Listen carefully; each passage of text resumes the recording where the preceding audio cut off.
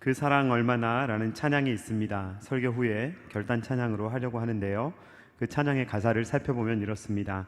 다 표현 못해도 나 표현하리라, 다 고백 못해도 나 고백하리라, 다 알 수 없어도 나 알아가리라, 다 닮지 못해도 나 닮아가리라 라는 찬양의 가사입니다. 예전에 어떤 연로하신 목사님이 이런 말씀을 하시는 것을 제가 들었던 적이 있습니다. 마음으로는 배우자와 자녀들을 너무너무 사랑한다는 것입니다. 마음만큼은 누구 못지않게 사랑하고, 만약에 원한다면 자녀를 위해서, 배우자를 위해서 목숨까지도 줄 수 있는 준비가 되어 있다는 것입니다.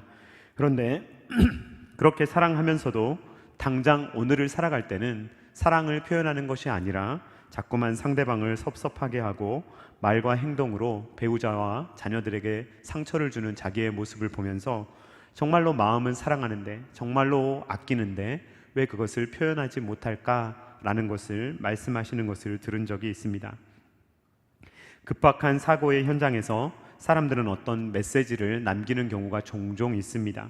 예를 들어서 비행기가 추락하는 순간 무엇을 남길 것인가, 보통은 가족들에게 글을 남깁니다.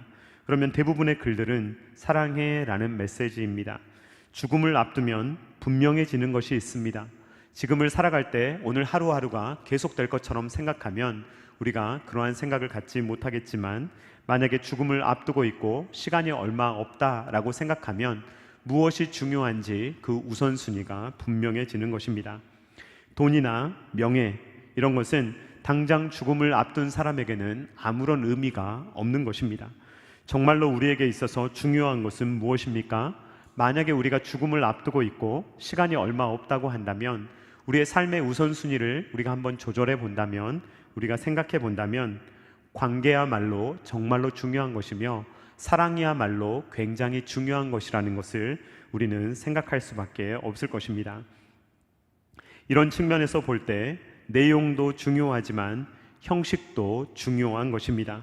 내용이 마음이라면 형식은 표현입니다. 그러니까 우리의 평소의 마음가짐, 평소에 내가 어떤 마음을 갖고 살아가느냐라는 것도 중요하지만 평상시에 이것을 어떻게 표현하고 살아가느냐도 굉장히 중요하다는 것입니다. 예수님께서 비판하셨던 것은 외식입니다. 외식은 무엇이냐면 마음이 없는 표현입니다. 마음은 전혀 없는데 표현만 잘하는 것을 외식이라고 합니다. 그러니까 이 내용과 형식이 틀린 거죠. 맞지가 않는 거죠. 마음과 그 표현이 전혀 다른 것을 말합니다. 그것을 외식이라고 합니다.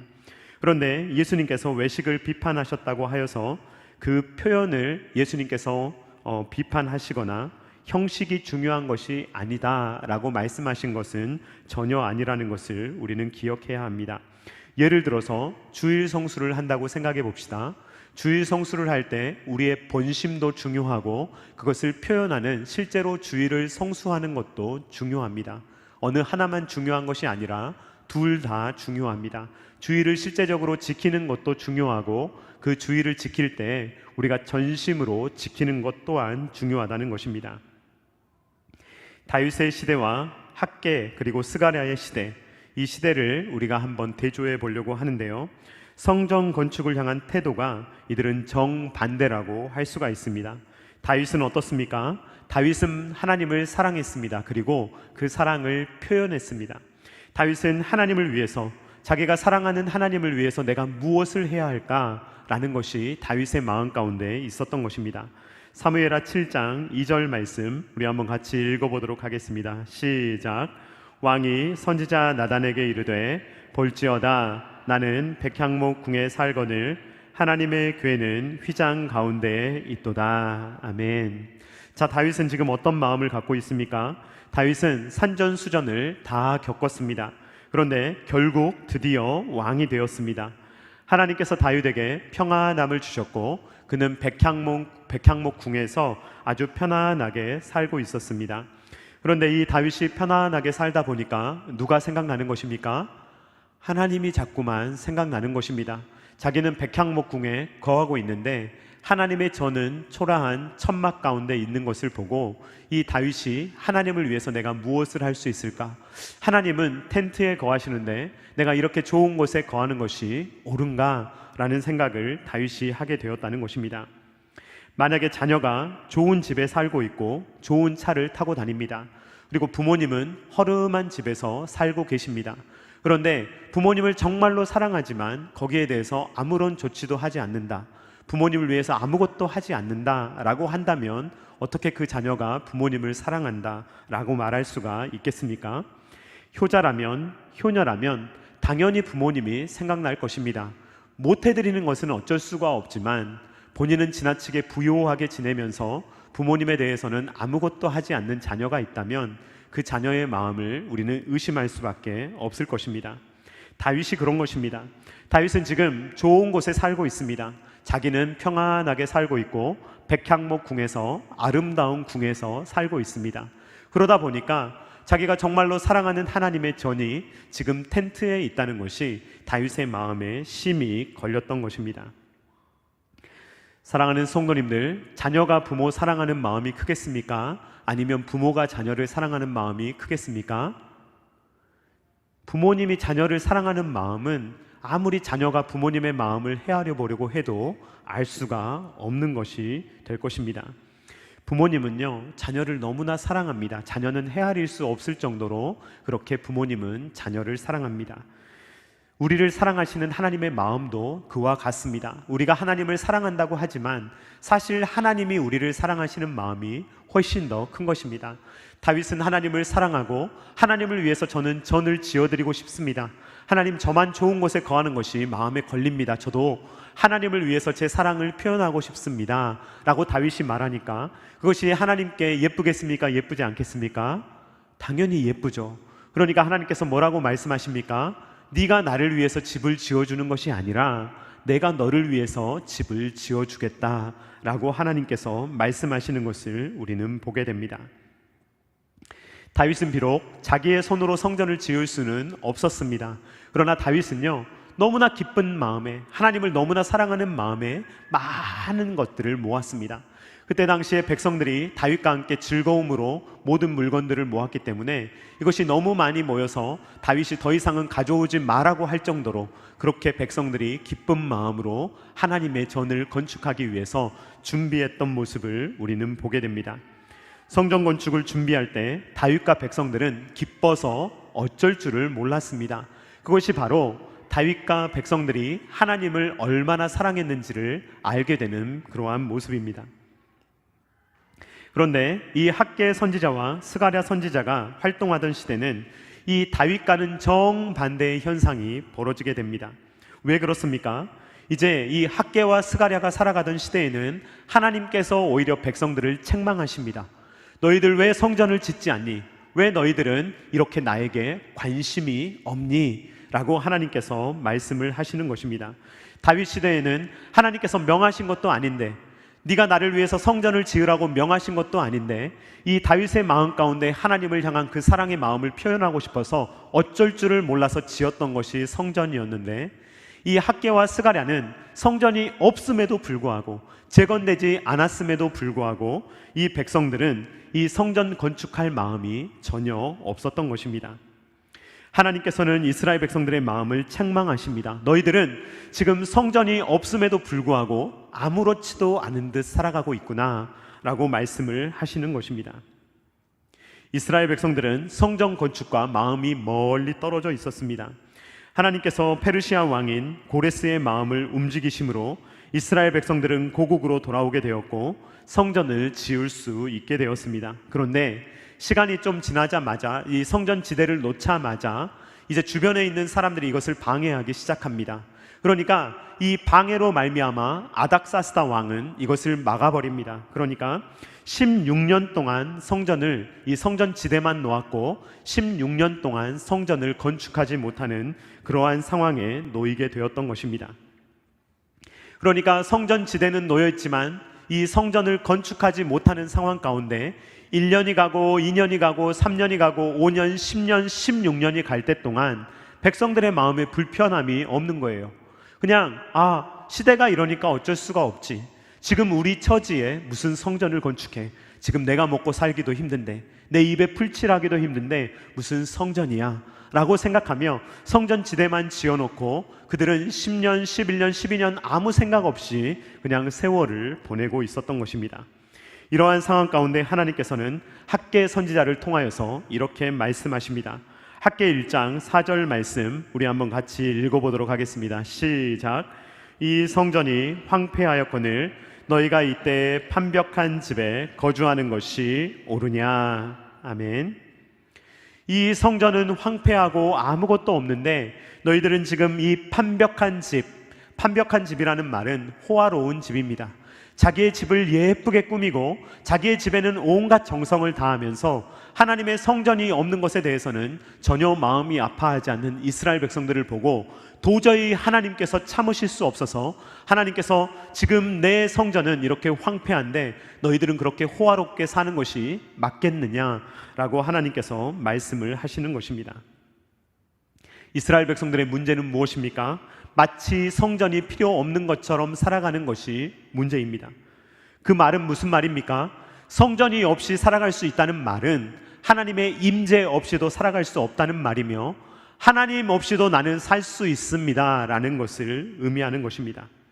예배하지 않아도 하나님의 도우심 없이도 일상을 살아가는데 전혀 어려움을 느끼지 못했다는 것입니다. 하나님 없이도 살 수 있습니다 라는 말이 성전을 짓지 않고 살아가는 이스라엘 백성들의 모습이었던 것입니다. 한마디로 무슨 말입니까? 포로 생활을 마치고 고국으로 돌아온 이스라엘 백성들의 마음 가운데 하나님을 사랑하는 마음, 하나님을 그 사랑하는 마음을 표현하고자 하는 마음이 전혀 없었다는 것입니다. 한마디로 하나님에 대해서 무관심했습니다. 그러니까 성전에 대해서 무관심한 것입니다. 성전이 없어도 아무렇지도 않은 그러한 모습이 이스라엘 백성들의 모습이었습니다. 그러므로 하나님께서는 그들의 무관심, 하나님을 향한 사랑이 없음을 하나님께서는 전혀 기뻐하지 않으셨습니다. 학개 1장 9절 말씀 우리 한번 같이 읽어보도록 하겠습니다. 시작. 너희가 많은 것을 바랐으나 도리어 적었고 너희가 그것을 집으로 가져갔으나 내가 불어버렸느니라. 나 만군의 여호와가 말하노라. 이것이 무슨 까닭이냐? 내 집은 황폐하였을 때 너희는 각각 자기의 집을 짓기 위하여 빨랐음이라. 아멘. 여러분, 우리는 늘 기억해야 합니다. 하나님은 인격적인 분이십니다.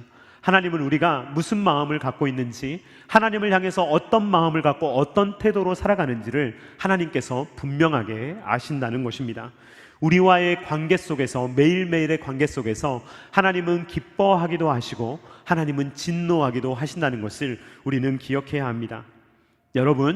여러분이 만약 하나님이라면 다윗을 기뻐하시겠습니까? 아니면 학개와 스가랴의 시대를 살아가던 이스라엘 백성들을 기뻐하시겠습니까? 누구를 기뻐하시겠습니까? 여러분들 자녀들에게 그런 거 한번 해보실 거예요. 자녀들한테 뭐 달라고 해가지고 자녀가 잘 주면 어떻게 합니까? 아, 이 자녀가 나를 사랑하는구나 하고 더 많이 주고 싶지 않습니까? 그런데 자녀가 자꾸 욕심을 부리고 이건 내 건데 라고 하면서 꽉 움켜쥐고 전혀 부모님에게 주지 않으려고 하면, 물론 그 자녀를 사랑하고 그 부모는 자녀에게 아낌없이 베풀어 주지만 사실 조금 덜 잘해주고 싶은 마음도 생길 때가 있는 것입니다. 하나님도 마찬가지 아니시겠습니까? 인격적인 분이신데 하나님께서도 저와 여러분의 마음이, 하나님을 향해서 마음이 어떤지를 하나님은 보고 계시고 알고 계시고 하나님께서도 그에 대해서 하나님께서 우리를 대하신다는 것을 우리는 기억해야 한다는 것입니다. 어떤 분들은 이렇게 말씀하실 수도 있습니다. 환경이 다르지 않습니까? 다윗이 살아가던 시대와 학개와 스가랴가 살아가던 시대는 다르지 않습니까? 라고 말씀하실 수도 있습니다. 물론 환경은 중요합니다. 환경은 우리의 삶에 지대한 영향을 줍니다. 그러나 여러분, 환경보다 중요한 것은 우리의 마음입니다. 우리의 마음의 중심이 어떠한가라는 것이 정말로 중요한 것입니다. 다윗이 좋은 환경이었기 때문에 하나님께 드릴 수 있었고, 학개와 스가랴가 살아가던 시대의 환경이 어려웠기 때문에 드릴 수 없었다라는 것은 말이 되지 않는 것입니다. 만약에 여러분들이 한 일주일이나 한 달 정도만 제 입장이 되어서 목회를 하신다면 아마 제가 무슨 말 하는지 여러분들이 정확하게 이해하실 수가 있을 것입니다. 저는 여러분들의 헌금 생활을 사실 자세히 들여다보지 않습니다. 제가 꼼꼼하게 보지 않습니다. 그런데 제가 자세히는 보지 않지만 대략적으로 훑어봅니다.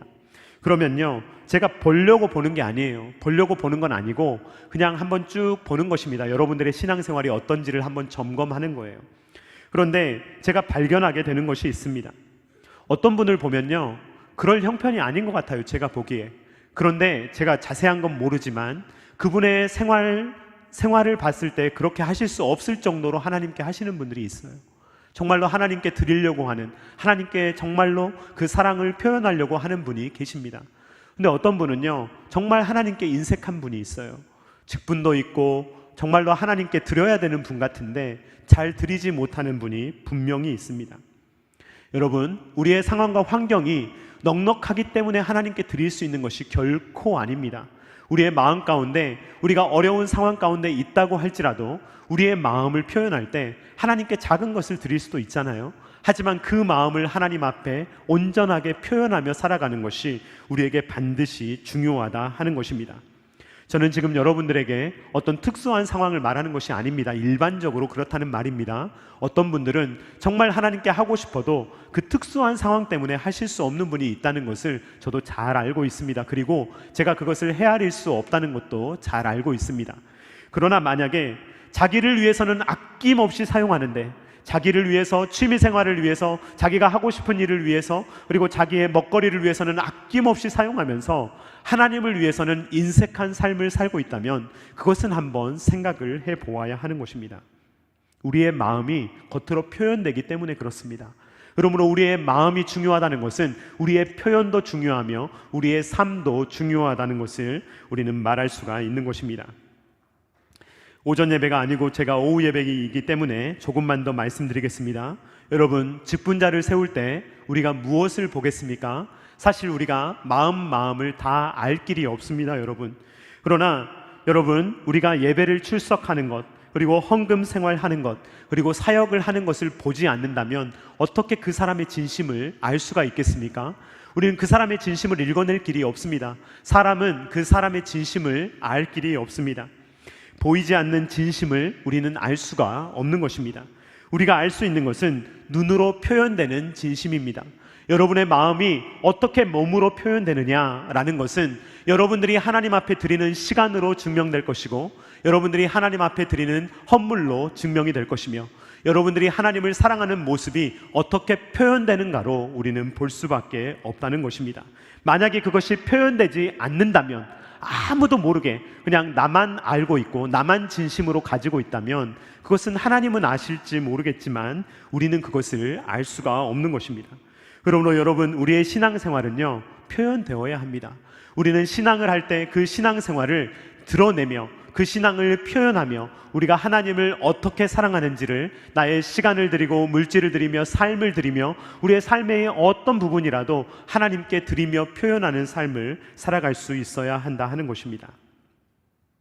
학개의 선지자와 스가랴가 활동하던 시대, 그 시대는요, 그렇지 못한 시대였어요. 하나님께 인색한 시대, 하나님께 드리려고 하지 않는 시대, 자기의 것은 챙기면서 하나님의 것은 등한시하는 시대가 바로 학개와 스가랴가 활동하던 시대였습니다. 그 시대는 어떤 시대입니까? 희망이 없는 시대입니다.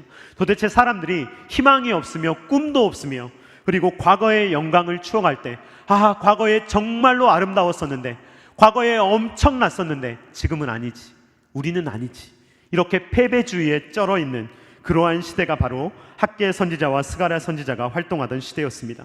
사람들이 입만 열면 무슨 말을 합니까? 난 안 돼, 우린 안 돼, 우리 그거 못해, 아니 우리 성전 못 지어, 지금 우리는 이것도 하기 힘든데 어떻게 저걸 하겠어, 아니 우리는 못해, 하려고 생각도 하지 마, 이런 식으로 생각하는 시대가 바로 학개가 살았던 시대, 그리고 스가랴가 활동했던 시대였습니다. 이러한 패배주의는요, 백성들에게만 있었던 것이 아니라 지도자들에게도 있었습니다. 지도자들마저도 패배주의에 빠져 있었고, 오히려 어떻게 보면 이 지도자들이야말로 훨씬 더 깊은 패배주의에 빠져 있었습니다. 여러분들이 멸망한 나라의 왕족의 후손이라고 생각해 보십시오. 얼마나 초라합니까? 여러분들이 멸망한 나라, 불타버린 성전의 대제사장의 후손이라고 생각해 보십시오. 얼마나 비참합니까? 나는 대제사장의 후손인데 섬길 성전이 없습니다.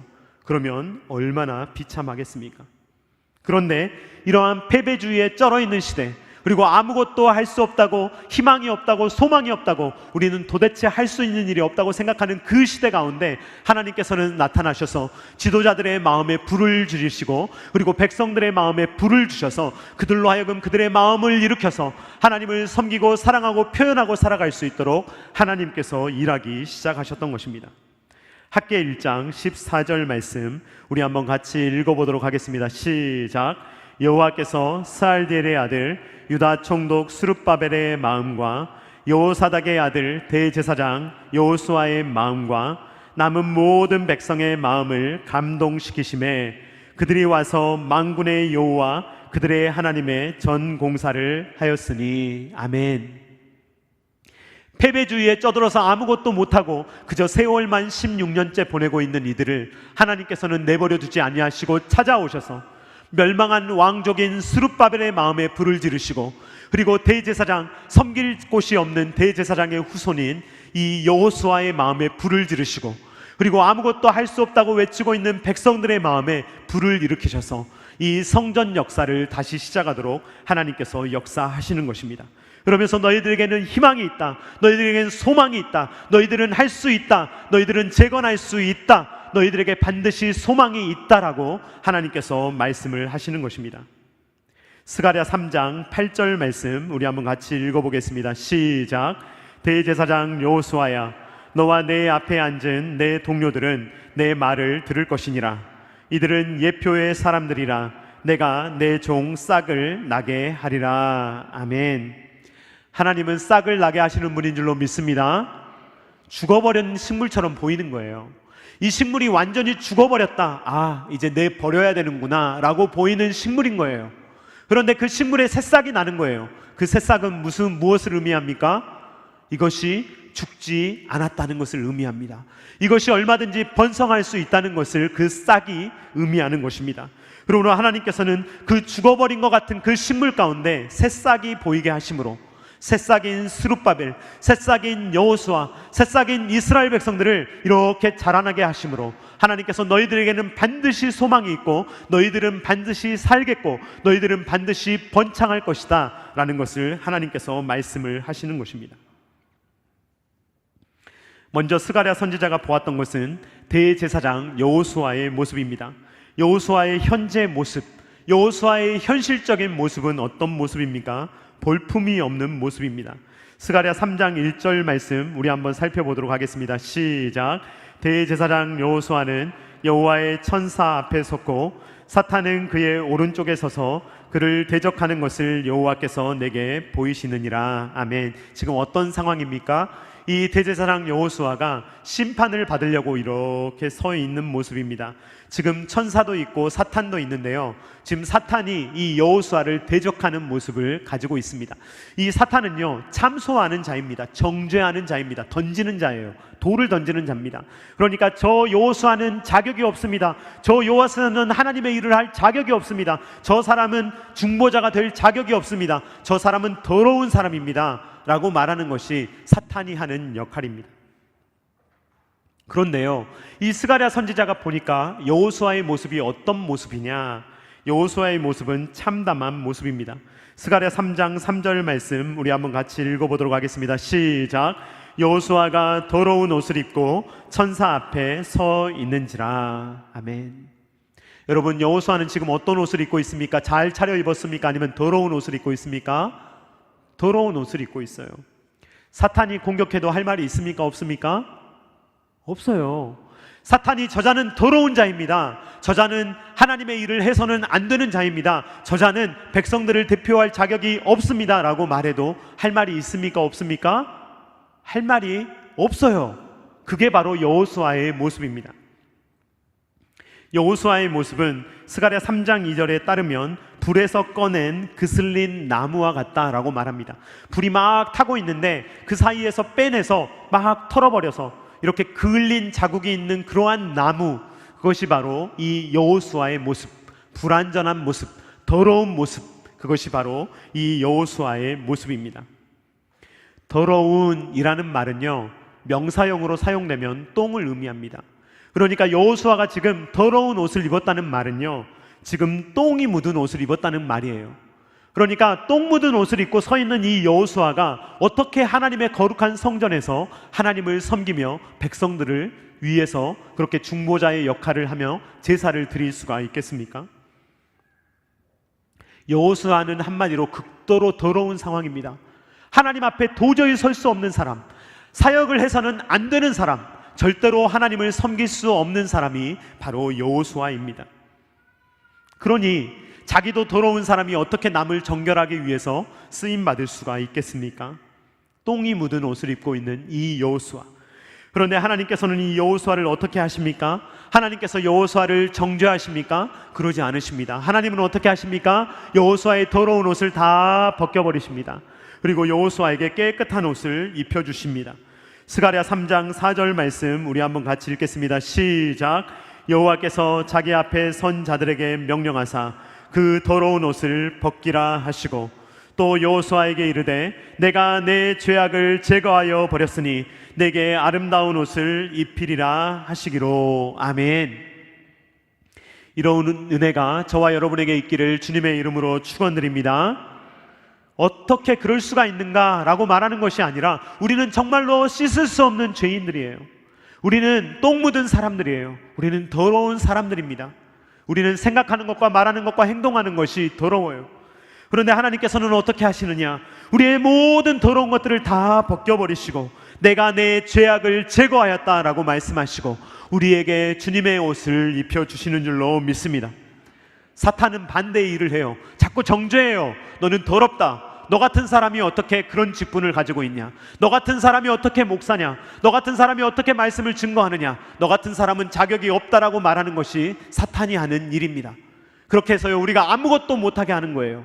그러나 우리는 이 말씀을 통해서 알 수 있는 것이 무엇입니까? 우리는 자격이 없지만 하나님께서 우리의 모든 더러움을 제하시고 우리의 더러운 옷을 다 벗겨주시고 주님의 옷을 입혀주시기 때문에 오늘 제가 설교할 수 있는 것이고, 여러분들이 예배할 수 있는 것이고, 여러분들이 교사로, 여러분들이 성가대로, 여러분들이 여러 사역을 감당할 수 있는 것입니다. 하나님은 우리를 깨끗하게 하시는 분이십니다. 하나님은 우리를 정결하게 하시고 또 우리를 깨끗하게 씻겨주시며 주님으로 옷 입혀주신다는 것입니다. 에베소서 4장 22절로 24절 말씀 우리 한번 같이 읽도록 하겠습니다. 시작. 너희는 유혹의 욕심을 따라 썩어져가는 구습을 따르는 옛사람을 벗어버리고 오직 너희의 심령이 새롭게 되어 하나님을 따라 의와 진리의 거룩함으로 지으심을 받은 새 사람을 입으라. 아멘. 벗으라, 입으라. 이것이 바로 구원입니다. 하나님께서 우리의 모든 더러움을 벗겨버리시고 예수 그리스도를 옷 입혀 주시는 것, 이것이 바로 구원입니다. 갈라디아서 3장 27절 말씀 같이 읽겠습니다. 시작. 누구든지 그리스도와 합하기 위하여 세례를 받은 자는 그리스도로 옷 입었느니라. 아멘. 우리는 예수 그리스도를 옷 입은 자들입니다.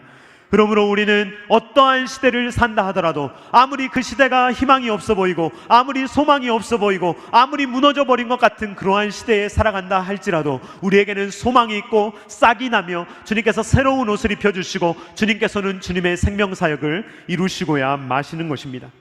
그것을 바로 싹을 통하여서 더러운 여호수아를 깨끗하게 하시는 하나님의 그 환상을 통해서 스가랴 선지자에게 된다, 반드시 된다, 내가 한다, 내가 깨끗하게 하며 내가 여호수아를 사용한다는 것을 이 스가랴 선지자에게 확실하게 보여주셨던 것입니다. 대제사장 여호수아에 이어 등장하는 인물은 여호야긴 왕의 손자인 총독 스룹바벨입니다. 스룹바벨은 유다의 총독으로 1차 포로 기한의 인솔자였습니다. 스룹바벨이라는 이름, 만약에 제 이름이 스룹바벨이면요, 여러분들이 저를 스룹바벨 부르면요, 저는 정말 슬퍼요. 왜 그런 줄 아십니까? 바벨이라는 이름이 들어있잖아요. 스룹바벨, 바벨론에서 태어난 자라는 뜻입니다. 그러니까 그 이름 자체가 유배기를 담고 있어요. 스룹바벨에는 이름 자체가 슬픈 거예요. 만약에 우리가 예전에 일제 강점기 시대에 일본으로 잡혀갔습니다. 강제로 끌려갔어요. 그래서 그 후손으로 태어났는데 이름에 일본이 들어있다고 생각해 보십시오. 일본에서 태어난 사람이라는 이름을 갖고 있다면 그분이 왕족이라고 생각해 보세요. 얼마나 슬픈 이름입니까? 스룹바벨이라는 사람이 도대체 뭘 할 수가 있겠습니까? 그 나라에서 태어나지도 못하고 바벨론에서 태어났고, 그 바벨론에서 자라고 바벨론에서 돌아온 그 사람에게 무슨 힘이 있고 무슨 소망이 있겠습니까? 스룹바벨이 돌아와서요, 이제 그래도 왕족의 후손이니까 뭔가 해보려고 했어요. 성전 지대를 스룹바벨의 지도하에 잘 지대를 쌓았습니다. 그런데 스룹바벨이 경험한 것은 무엇입니까? 그 이후로 16년 동안 하나님의 성전을 건축하지 못하고 그것을 묵묵하게 지켜봐야 되는 스룹바벨의 마음이 얼마나 답답했겠습니까? 그런데 하나님께서는요, 이 절망적인 상황에서 다시금 불을 일으키시고 여호수아를, 스룹바벨을, 백성들의 마음을 일으키셔서 이 스룹바벨을 통해서 시작하신 일을 반드시 내가 이루겠다라고 말씀하십니다. 스가랴 4장 9절 말씀 우리 한번 같이 읽도록 하겠습니다. 시작. 스룹바벨의 손이 이 성전의 기초를 놓았은즉 그의 손이 또한 이 일을 마치리라 하셨나니 만군의 여호와께서 나를 너희에게 보내신 줄을 내가 알리라 하셨느니라. 아멘. 이 스룹바벨 성전은요, 솔로몬 성전에 비해서 정말로 보잘것이 없었습니다. 그러나 하나님께서는 뭐라고 하시느냐? 이것이 작은 일이라고 절대로 비웃어서는 안 된다.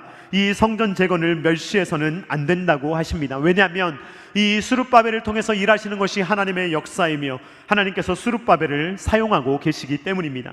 스룹바벨이 하는 일은 인간이 하는 일이 아닙니다. 하나님께서 하시는 일입니다. 하나님의 영으로 하시는 일입니다. 스가랴 4장 6절 말씀 같이 읽겠습니다. 시작. 그가 내게 대답하여 이르되 여호와께서 스룹바벨에게 하신 말씀이 이러하니라. 만군의 여호와께서 말씀하시되 이는 힘으로 되지 아니하며 능력으로 되지 아니하고 오직 나의 영으로 되느니라. 아멘. 오직 나의 영으로 되느니라. 이것이 바로 스룹바벨에게 주신 하나님의 말씀입니다. 교회는요, 절대 힘으로 될 수 없습니다. 교회는 절대 능력으로 세워질 수가 없습니다. 오직 성령으로 되는 줄로 믿습니다. 이 성전 건축은 이 사람들의 힘으로 되는 것이 아닙니다. 의지로 되는 것이 아닙니다. 물질로 되는 것이 아닙니다. 성령으로 된다는 것을 하나님께서 말씀을 하시는 것입니다. 스룹바벨이 짓는 것은 단지 건축을 하는 것이 아닙니다. 건물을 짓는 것이 아닙니다. 여러분, 저희가 리모델링을 하려고 하는데요, 도대체 그 리모델링을 통해서 하려고 하는 것이 무엇입니까? 그냥 우리가 조금 더 건물을 아름답게 꾸미려고 하는 것입니까? 절대로 아닙니다. 여러분, 그저 건물 손대려고 하는 것이 아닙니다. 거기에서 정말로 우리의 영이 살기 위해, 더욱더 아이들을 잘 키우기 위해, 정말로 하나님을 더 아름답게 섬기기 위해서 우리가 리모델링을 준비하는 것입니다. 스룹바벨 성전을 지었던 것이 바로 그런 것입니다. 단지 건물 하나 짓는 것이 아닙니다. 그곳에서 드려질 예배를 위해서, 그곳에서 살아날 영혼들을 위해서 그 스룹바벨 성전을 반드시 재건해야 된다라고 말씀을 하시는 것입니다. 성전이 재건된다는 것은 하나님의 임재가 임한다는 것이고, 임재 가운데 하나님께서 예배가 회복된다는 말이며, 이제는 백성들이 자기의 힘으로 살아가는 것이 아니라 하나님의 성령으로 살아간다는 것을 의미하기 때문입니다. 하나님께서는 그 어떤 반대도, 그 어떠한 역경이 온다 하더라도 스룹바벨은 이겨낼 수 있을 것이며 어떠한 것도 스룹바벨이 하는 일을 꺾을 수 없다라고 하나님은 말씀하십니다. 스가랴 4장 7절 말씀 우리 한번 같이 읽겠습니다. 시작. 큰 산아 내가 무엇이냐? 내가 스룹바벨 앞에서 평지가 되리라. 그가 머릿돌을 내놓을 때 무리가 외치기를 은총이 그에게 있을지어다 하리라 하셨고. 아멘. 여러분, 큰 산이 무엇입니까? 큰 산이 앞을 가로막고 있는 거예요. 그런데 하나님께서 뭐라고 말씀하십니까? 큰 산아 네가 무엇이냐? 너는 스룹바벨 앞에서 평지가 되어라 라고 말씀하시는 것입니다. 우리 첨단 게라시 교회 위에 앞에 놓여있는 어떤 큰 산이라 할지라도 하나님께서 평지로 만드실 줄로 믿습니다. 여러분들 앞에 정말로 어떤 큰 산이 놓여있다 할지라도 여러분들이 하나님 앞에 간구하며 하나님께서 역사하신다면 모든 큰 산이 평지가 될 줄로 믿습니다. 그것을 믿으시며 하나님 앞에 기도하실 수 있는 저와 사랑하는 성도님들 다 되실 수 있기를 주님의 이름으로 축원드립니다. 하나님께서는 스룹바벨이 하려는 모든 일에 내가 함께하겠고 그 일을 방해하는 어떤 세력도 내가 물리치겠고 어떤 산이 온다 할지라도 내가 다 평지로 만들어주겠다라고 하나님께서 말씀을 하시는 것입니다. 이 말씀은 소망 없는 시대에 선포되었습니다. 사람들이 패배주의에 쩔어 있는 시대에 이 말씀이 선포되었습니다. 믿을 수 없는 시대, 정말로 그럴 거라고 생각할 수 없는 그런 시대에 하나님께서 말씀하시며 싹을 틔워주시며 하나님께서 여호수아를 깨끗하게 하시고 스룹바벨을 세워주시며 이들을 통하여 내가 반드시 역사하리라 라고 말씀을 하시는 것입니다. 사랑하는 성도님들, 하나님은 절대로 실패하지 않으시는 줄로 믿습니다. 하나님은 절대로 실수하지 않으시는 줄로 믿습니다. 하나님은 사람 때문에 실패하신 적이 전혀 없으십니다. 시대 때문에, 환경 때문에 하나님이 못하신 일 전혀 없으십니다. 하나님께서 하시면 하실 줄로 믿습니다. 중요한 것은 무엇입니까? 하나님께서 우리와 함께 하시느냐라는 것이 중요합니다. 그러므로 우리가 그렇게 하기 위해서는 하나님의 함께 하심을 우리가 늘 간구하며 소망하며 하나님 앞에 우리의 사랑을 늘 표현해야 하는 것입니다. 하나님은 어떤 분이십니까? 사랑을 표현하시는 분입니다. 계시하시는 분이십니다. 저와 여러분에게 하나님의 사랑을 계속해서 표현하시는 분이십니다. 성경책은 어떤 책입니까? 러브레터입니다. 하나님의 연애 편지입니다. 내가 너희를 이만큼 사랑해, 내가 이 정도로 너희를 사랑해, 내가 사람이 되고 물과 피를 다 흘릴 정도로 너희를 사랑해 라고 하나님께서 표현하신 것이 성경이며, 이 표현을 제가 지금 설교하고 있는 것입니다. 그러면 여러분, 저와 여러분은 어떻게 살아야 하겠습니까? 하나님은 그렇게 우리에게 사랑해 라고 말씀하시는데 우리는 아무 말도 하지 않고 어떤 표현도 하지 않고 냉랭하게 살아갈 수가 있겠습니까? 제가 목 상태가 별로 좋지 않지만 저는 설교할 때 제가 최선을 다하지 않을 수 없는 이유가, 열정 없이 어떻게 이야기를 하겠습니까? 제가 하나님께서 마음을 주시는데 어떻게 그 마음을 제가 토해내지 않을 수가 있겠습니까? 저는 제 나름대로 표현하는 것입니다. 하나님을 향한 열심, 하나님을 향한 불을 제 나름대로 토해내는 거예요. 여러분, 우리의 하나님을 향한 사랑이 반드시 표현돼야 될 줄로 믿습니다. 다 표현하지 못합니다. 우리가 다 담아내지 못해요. 그럼에도 불구하고 하나님을 향한 사랑, 그것을 마음속에 나만 알고 있거나 나만 혼자 감추고 살아가는 것이 아니라 저와 여러분이 다윗처럼 정말 하나님을 향한 그 사랑을 마땅히 표현하며 입술로 표현하며 행동으로 표현하며 시간을 들이며 삶을 들이며 재물을 들이며 하나님을 향한 우리의 사랑, 저와 여러분의 사랑을 표현하며 살아갈 수 있는 우리 모두가 될 수 있기를 주님의 이름으로 축원드립니다. 다 같이 찬양하도록 하겠습니다. 그 사랑 얼마나, 우리 같이 찬양합니다.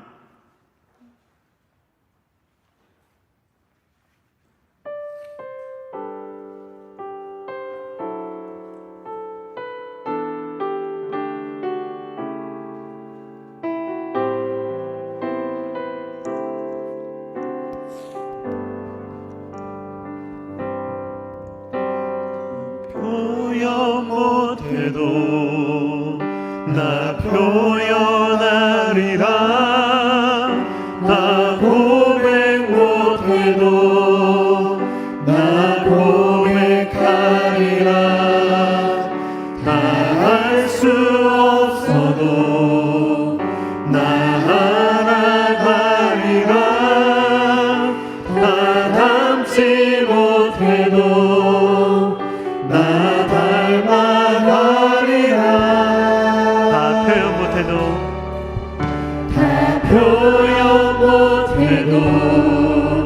나 표현하리라, 나 고백 못해도 나 고백하리라, 다 할 수 없어도 나 알아가리라, 나 닮지 못해도 나 닮아가리라. 그 사랑 얼마나 아름다운지, 그 사랑 얼마나 날 부욕해 하는지, 그 사랑 얼마나 크고 놀라운지를, 그 사랑 얼마나 나를 감격하게 하는지 그 사랑 얼마나 그 사랑 얼마나 아름다운지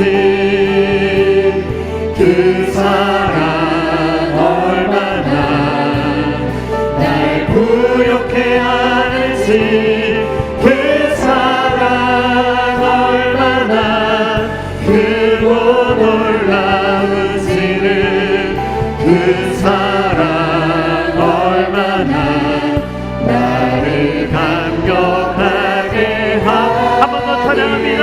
그 사랑 얼마나 그 사랑 얼마나 아름다운지 그 사랑 얼마나 날 부욕해 하는지 그 사랑 얼마나 크고 놀라운지를 그 사랑 얼마나 나를 감격하게 하는지 다같이 주여 한번 외치고 기도하겠습니다. 주여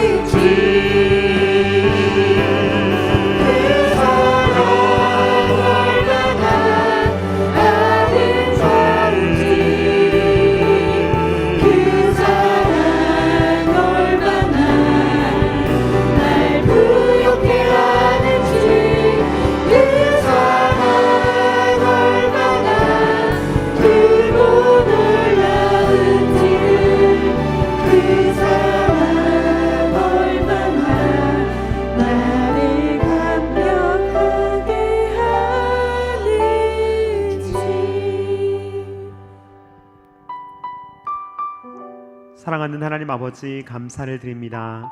주님께서 우리를 얼마나 사랑하시는지 성경을 보면 주님 정말 이루 말할 수 없이 주님 빼곡하게 적혀 있음을 보게 됩니다. 주님은 늘 우리에게 사랑한다, 사랑한다, 사랑한다 라고 말씀하시는데 표현하시는데 십자가로 표현하시고 물과 피를 다 흘려주심으로 표현하시는데 주님 우리는 마음으로 주님을 사랑한다 생각하지만 주님 표현하지 못하고 그렇게 살아가지 못하고 하나님에 대해서 인색하여 우리의 시간과 삶을 주님께 드리는 것을 아까워할 때도 많고 주님 우리에게 너무 집중하여 우리의 현재의 삶에 너무 집중하여 주님 그렇게 살아갈 때가 너무나도 많이 있습니다. 주님 우리의 마음을 주님께서 돌이켜 주셔서 주님을 향한 우리의 사랑을 우리가 늘 기억하게 하시고 표현하게 하시며 오늘날 우리의 사랑을 받기 원하시며 예배 받기를 원하시며 하나님을 향한 사랑을 표현하기를 원하시는 그 하나님께 마음껏 찬양하며 마음껏 예배하며 기도하며 우리의 삶의 우선순위를 온전히 주님께 드리며 살아갈 수 있는 모든 사랑하는 주의 자녀들 될 수 있도록 아버지 하나님 함께하여 주시옵소서.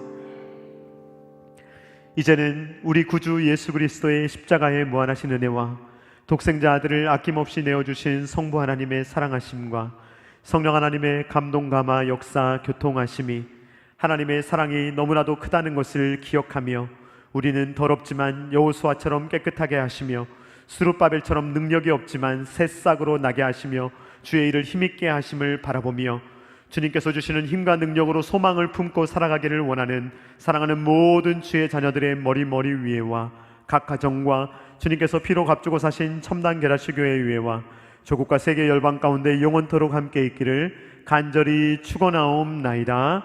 아멘.